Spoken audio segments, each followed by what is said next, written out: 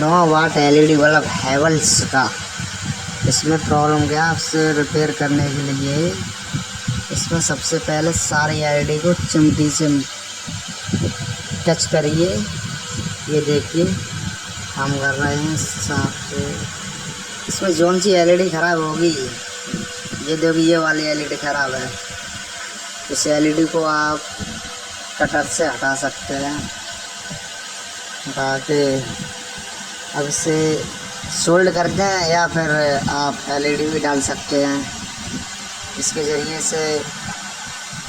ठीक हो, ये देखिए ठीक हो।